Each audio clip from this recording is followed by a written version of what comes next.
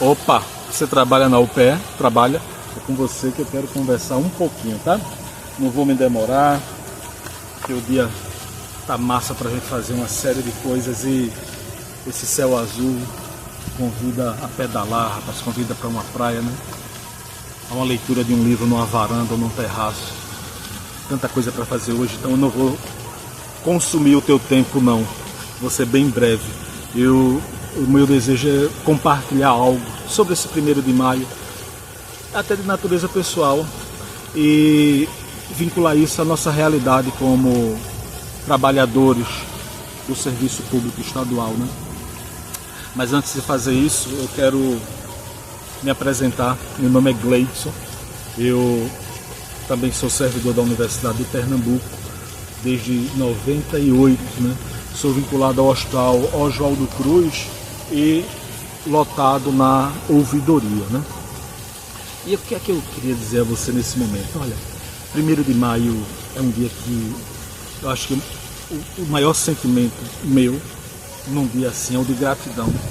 Gratidão por quê? Porque eu entendo que esse dia, né, ele aponta para o seguinte: ele me faz ver que os direitos minimamente civilizatórios que a gente tem hoje, esse acervo de direitos, né, em relação ao trabalho, em relação à previdência social e em tantos outros, eles hoje nós gozamos deles porque em algum momento histórico muita gente brigou por eles, muita, homens, mulheres, idosos, crianças inclusive. Aí você pode dizer assim, mas olha, que besteira, tu é grato por isso? Eu sou, porque, por exemplo, trazendo isso para a nossa realidade como servidores públicos, né? Vamos lá, a gente trabalha 30 horas por semana, não é isso? Você pensa que para a gente trabalhar 30 horas por semana foi alguém que fez um requerimento para o governador da época? Foi não, querido.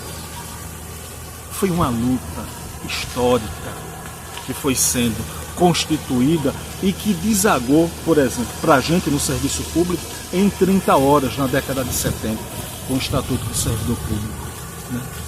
Basta saber que no início da Revolução Industrial, né, na América do Norte, nos Estados Unidos e na Europa, criança trabalhava 14, 15, 16 horas por dia. Adulto trabalhava de domingo a domingo e se adoecesse não tinha previdência, né? Então, se a gente compara esse acúmulo de direitos ao longo dos anos, eu tenho que ser muito grato a quem lutou para que hoje eu gozasse de previdência, de carga horária decente. Não estou dizendo que a gente não deva avançar mais em muita coisa, a gente deve, inclusive, porque esse mínimo que a gente tem hoje, há setores no mundo político que querem destruí-los, porque consideram isso um privilégio e jogam para a sociedade como um privilégio. E termina tendo, para muitos, né, muitas pessoas, colegas nossos, inclusive, nos olham como privilegiado, né? Porque Pernambuco, por exemplo, metade da população de Pernambuco está no mercado informal. Então o cara está no mercado informal, trabalhando praticamente de domingo a domingo, mais de 10 horas por dia. Quando um camarada desse vê, quando o cidadão desse vê que há um trabalhador que trabalha 6 horas por dia, ele termina tomando isso como algo agressivo para a realidade dele, né? Mas o nosso desejo, como indivíduo, como cidadão, não é nivelar por baixo, é nivelar por cima. E o meu papel, e aí eu digo isso de forma muito pessoal, eu tenho um compromisso com essa ancestralidade da luta. Qual é? É a de que no dia que eu parar de trabalhar, no dia que eu me aposentar, e eu olhar para trás, ninguém vai apontar o dedo para mim e dizer: você se calou diante dessa retirada de direito. Porque como indivíduo eu não me calei. Quando eu estava em sindicato era que eu não me calava mesmo, quando eu estava em direção do sindicato. Meu papel era reagir, era denunciar. E eu considero que esse deve ser o papel de qualquer cidadão, de qualquer indivíduo, principalmente de um servidor público, porque ele está investido de muita garantia para que ele exerça esse papel cidadão de denunciar a injustiça, de lutar por melhorias na sua realidade laboral. E por que eu estou dizendo isso? Porque esse sentimento de gratidão por tudo isso passa por algo que eu vou dizer agora, que tem relação com a nossa realidade como servidores da Universidade de Pernambuco. Lá atrás, ó, Palácio do Campo das Princesas. A nossa carreira, ela se estabelece a partir de uma lei complementar que foi criada no governo Jarbas. No governo Jarbas, repare só, você teve Jarbas, Mendonça, 2 mandatos de Eduardo Campos, 2 mandatos de Paulo Câmara, e agora a gente tem 1 ano e pouco de Raquel Lira. E o que tem ocorrido nesse tempo todo em relação à nossa carreira? Em algum aspecto avançou em alguns pontos, teve algum avanço, mínimo, mas teve. Mas em outros aspectos nós evoluímos. E nós evoluímos sob o amparo de leis injustas que esses governadores, todos eles, promoveram. E que a governadora agora insiste em fazer a manutenção dessas injustiças por força de lei, naturalmente, né? E é por isso que a gente luta para mudar a lei.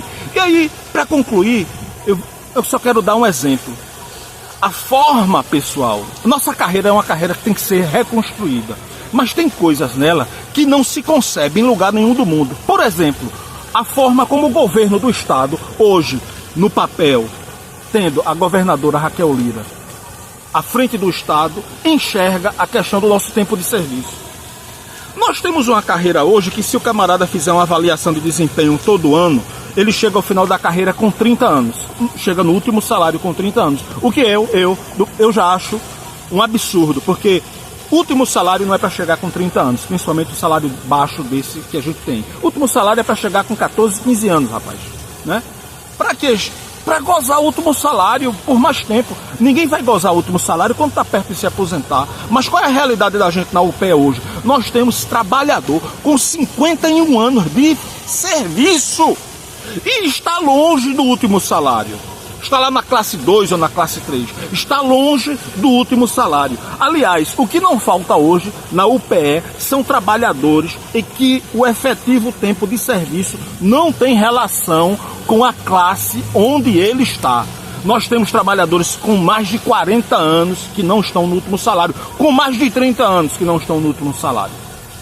Eu vou fazer uns vídeos depois mostrando, explicando como isso se dá a partir da lógica do governo, e vou mostrar para você lá na tabela onde o servidor deveria estar e onde ele está, para você ver a distância abissal, apesar de boa parte dos servidores já terem mais de 30 anos de serviço. Eu tenho 20 e poucos anos de serviço, estou na classe 2. Então, todo dia o Estado nos esbofeteia como trabalhadores, né? Mas eu estou dizendo isso para quê? Eu estou dizendo isso para você bater pé por uma questão de brio e resistir a essa coisa. Semana que vem, eu acho que é dia 7, vai ter uma mesa específica. Eu participo da mesa específica, eu estou no grupo de servidores que compõem essa mesa específica, né, representando os trabalhadores. E a gente vai ver, na primeira, não falaram nada em relação ao tempo de serviço. Né? E a gente vai ver como vão tratar essa questão do tempo de serviço nessa mesa específica. E eu lhe digo o seguinte: se a postura do governo na segunda mesa específica for a mesma da primeira mesa específica, prepare o espírito para reagir para além de curtidas no Instagram. A gente tem que ter um posicionamento político forte. Vai ter que ter um posicionamento político forte para acabar com essa loucura na UPE que degrada os trabalhadores, que humilha os trabalhadores. No 1º de maio, se você for ver a rede social desse pessoal, está todo mundo cumprimentando os trabalhadores. Mas na UPE, eu não sei o que é que acontece nos outros órgãos, eu vou falar da UPE, que é onde eu trabalho. Mas na UPE, esse pessoal está humilhando o trabalhador. Está humilhando o trabalhador quando não reconhece o tempo de serviço, está humilhando o trabalhador quando não reconhece titulação, está humilhando o trabalhador quando extingue o risco de vida. Eles humilham cotidianamente há anos. E 1º de maio, é essa reflexão que eu quero fazer com você. Resista, rapaz. Vamos resistir, meu irmão. A gente tem, inclusive, condições legais para isso, né? Não deixe que esse pessoal entre na sua mente e diga: os seus anseios são inviáveis. Nada é impossível de mudar, não. A realidade que está dada aí é a realidade que está dada hoje, porque amanhã pode ser diferente a partir da nossa postura. Reaja. Tem um poema, eu não vou dizer o nome do poeta, porque aí vai ser um exercício seu, você vai procurar, se você gostar do poeta. Mas tem um poeta que diz justamente isso, ele tem um poema que trata justamente disso. Nada é impossível de mudar. Ele diz: desconfiai do mais trivial na aparência do singelo, e examinai, sobretudo, o que parece habitual. Suplicamos expressamente, não aceiteis o que é de hábito como coisa natural, pois em tempo de desordem sangrenta, de confusão organizada, de arbitrariedade consciente e de humanidade desumanizada, nada deve parecer natural, nada deve parecer impossível de mudar. E eu considero que nós temos capacidade plena, se desejarmos, de mudar a nossa realidade. Venha, vamos mudar isso. Vai ser massa. Até breve.